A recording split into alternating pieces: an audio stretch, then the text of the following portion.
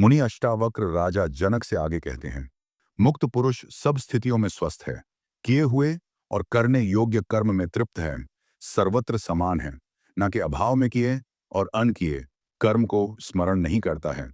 जिसे ज्ञान हो गया है वही मुक्त है। अज्ञानी तो बंधनग्रस्त है, वह रुग्ण है, कामना वासना अहंकार से पीड़ित है। जो इन बंधनों को तोड़ चुका है, ऐसा मुक्त पुरुष ही स्वस्थ है। वह किए तथा करने योग्य कर्म दोनों से तृप्त है। किए पर ना चिंता करता है, न शोक करता है, न प्रसन्न होता है, तथा करने योग्य कर्म के प्रति उसकी वासना नहीं होती, फलाकांक्षा नहीं होती। कर्मों का सहज भाव से कर लेना उसे उचित जान पड़ता है। दोनों में समान रूप से व्यवहार करता है। किए और न किए कर्मों का स्मरण नहीं करता, जिसमें तृष्णा होती है।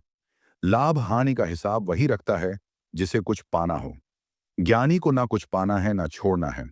इसीलिए न वह पश्चाताप करता है, न प्रसन्नता एवं गर्व का अनुभव करता है।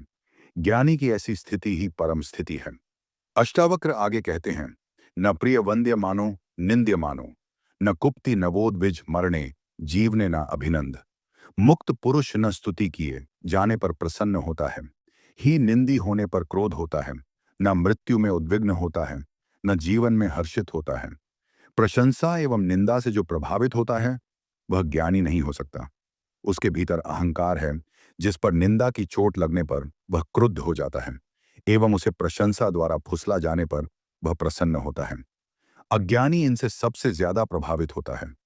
मुक्त पुरुष ना तो मृत्यु के समय उद्विग्न होता है, क्योंकि वह उसे स्वाभाविक मानता है, सृष्टि का नियम मानता है, ना ही वह जीवन से हर्षित होता है। यह सब चित्त की तरंगे हैं, विक्षेप है, जिनसे वह प्रभावित रहता है। ऐसा ज्ञानी ही मुक्त है।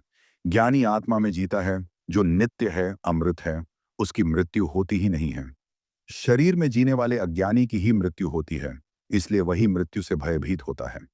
अष्टावक्र आगे कहते हैं, नधावती जना किरण नार्य उपशत यथा तथा यत्र तत्र सम। एव अवते शांत बुद्धि वाला पुरुष न लोगों से भरे नगर की ओर भागता है, ना ही वन की ओर भागता है।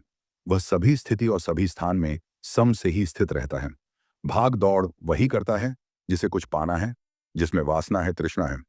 ये वासना चाहे संसार की हो या मोक्ष की, वासना ही तो है जिस ज्ञानी से उस परम तत्व को जानने का लाभ लिया है, जिसे आत्मा अनुभव हो गया, जिसे परम मिल गया, जो मुक्त हो गया, उसकी सारी भाग दौड़ समाप्त हो जाती है। उसकी सारी इच्छाएं, आकांक्षाएं समाप्त हो जाती हैं। उसे सृष्टि में एकत्व का अनुभव हो जाता है, जिससे उसमें संभव पैदा हो जाता है। ऐसा ज्ञानी शांत बुद्धि वाला हो जाता है। वह सभी स्थानों पर तथा सभी स्थितियों में समान भाव से अवस्थित रहता है। चाहे वह नगर हो या वन, भीड़ भाड़ वाला स्थान हो या सुनसान स्थान, महल में रहे या झोपड़ी में कोई अंतर नहीं आता। अज्ञानी चुनाव करता है कि ऐसे स्थान पर ही रहूंगा, ऐसा ही खाना खाऊंगा, भिक्षा मांगकर ही खाऊंगा, ऐसे वस्त्र ही पहनूंगी, रहूंगा इत्यादि, किंतु ज्ञानी चुनाव रहित हो जाता है। जो है उसी में राजी है, वह उपकरण मात्र हो जाता है। यही जीवन मुक्त की परम स्थिति है। यहाँ अष्टावक्र गीता का शांति शतक नाम का अष्टादश प्रकरण 18वां प्रकरण समाप्त होता है। 19वां प्रकरण प्रारंभ करते हैं। अष्टावक्र कहते हैं, तत्व विज्ञान संदन शमादा या हृदय दार नाना विध परामर्श शल्यधारा कथोमया राजा। जनक आत्मज्ञान से संतुष्ट होकर अपनी अभिव्यक्ति देते हैं। मैंने आपके तत्व ज्ञान रूपी संस को लेकर हृदय और उदर से अनेक प्रकार के विचार रूपी बाण को निकाल दिया है। अष्टावक्र के तत्व बोध के उपदेश को केवल श्रवण करके राजा जनक आत्मज्ञान को उपलब्ध हो गए। उनकी पृष्ठभूमि पहले ही तैयार थी, अंतःकरण शुद्ध था।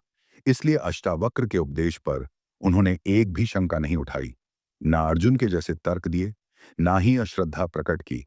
उस उपदेश को सीधा ही पूर्ण श्रद्धा से पी गए, जिससे अमृतत्व को उपलब्ध हो गए। उपदेश क्या था? जीवनी थी, किंतु इसका लाभ श्रद्धावन को ही मिलता है।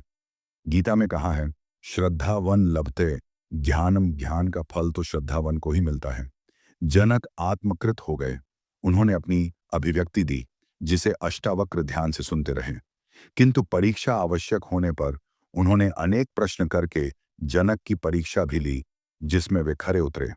अष्टावक्र को विश्वास हो गया कि जनक को जो हुआ वह ठीक हुआ है, कोई भ्रांति नहीं है। अतः अष्टावक्र ने अब प्रकरण में आत्मज्ञान के रूप में शांति का उपदेश दिया। यह उपदेश वैसा ही है जैसे गुरु विधिवत शिक्षा देकर शिष्य के परीक्षा में उत्तीर्ण हो जाने पर उसे दीक्षांत भाषण दे अपने विद्यालय से विदाई देता है तथा संसार में रहकर उसे कर्म करने का उपदेश देता है। आत्मज्ञान पर विधिवत दिए गए उपदेश से जनक कृत कृत्य हो गए। यह अष्टावक्र गीता जनक अष्टावक्र संवाद के रूप में अध्यात्म का सर्वोत्कृष्ट ग्रंथ है, जिसकी तुलना किसी से नहीं की जा सकती। तत्वबोध पर इससे ऊंचा अन्य कोई वक्तव्य नहीं है। तत्व ज्ञान के बाद अष्टावक्र राजा जनक को विदा कर रहे हैं। दीक्षांत भाषण समाप्त हो गया। अब इस 19वें तथा 20वें प्रकरण में राजा जनक अष्टावक्र के प्रति धन्यवाद समर्पित कर रहे हैं।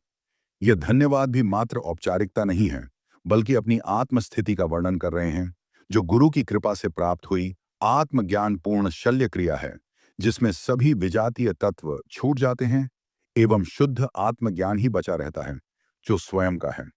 जिस प्रकार भट्टी में गलाकर रर एवं विभिन्न प्रक्रियाओं द्वारा सभी प्रकार की मिलावट को निकालकर शुद्ध स्वर्ण प्राप्त किया जाता है, ऐसी ही आत्मज्ञान की प्रक्रिया है। धन्यवाद।